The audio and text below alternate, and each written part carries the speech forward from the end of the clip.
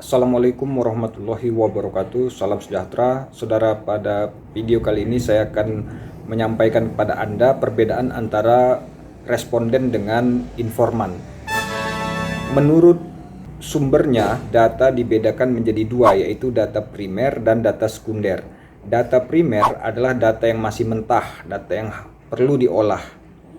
Nah, data primer bisa berupa kuesioner, angket, observasi atau wawancara. Berkenaan dengan poin yang terakhir ini, saya akan jelaskan ke Anda perbedaan antara responden dengan informan. Jadi dalam data primer itu bisa saja yang dijadikan sebagai tempat bertanya adalah responden atau bisa juga informan. Perbedaannya adalah bahwa responden itu adalah unit terkecil dari populasi.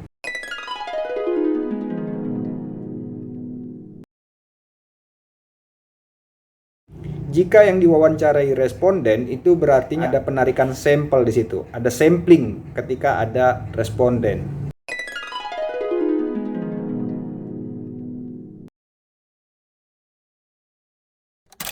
Artinya lagi, dalam penelitian yang mempergunakan sampling, populasinya terlewat besar, terlalu banyak.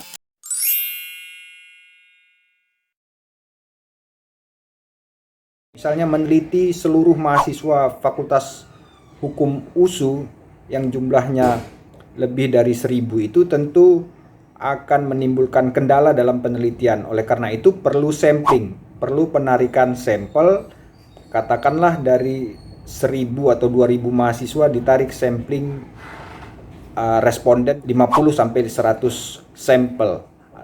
Nah, 50 sampai 100 sampel ini disebut sebagai responden. Jadi responden adalah unit terkecil dari populasi yang berkenaan dengan objek penelitian. Data yang diharapkan dari responden adalah karena responden menjadi bagian yang diteliti. Berbeda halnya dengan informan. Kalau informan sesuai namanya, bahwa pihak yang ditetapkan sebagai informan dalam penelitian dengan data primer adalah pihak yang diharapkan memberikan informasi berkenaan dengan substansi penelitian. Informan adalah orang-orang yang diwawancarai karena kemampuannya, karena dia punya skill, punya knowledge yang lebih dari pengetahuan masyarakat biasa atau masyarakat awam.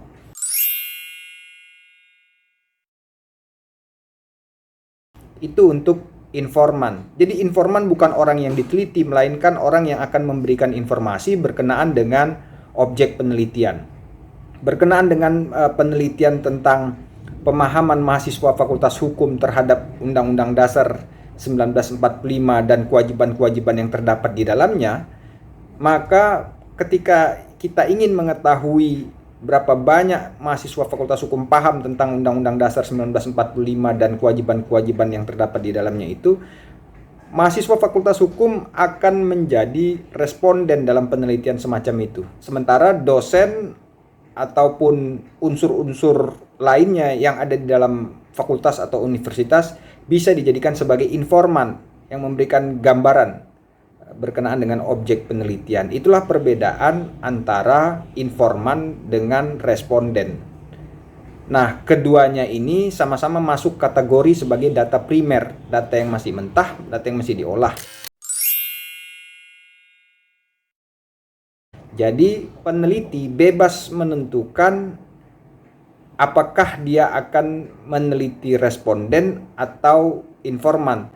Hal tersebut bergantung pada substansi penelitiannya, bergantung kepada jenis populasinya. Jika memang terlalu banyak populasi, maka diadakan sampling yang mempergunakan responden. Sementara untuk data tambahan bisa mempergunakan informan. Responden biasanya digunakan untuk penelitian kuantitatif. Sementara informan banyak digunakan untuk penelitian kualitatif. Dengan catatan bisa saja suatu penelitian hukum menarik sampel atau melakukan wawancara terhadap responden jika rumusan masalahnya memang menuntut adanya penarikan sampel atau sampling. Demikian, Assalamualaikum warahmatullahi wabarakatuh. Terima kasih.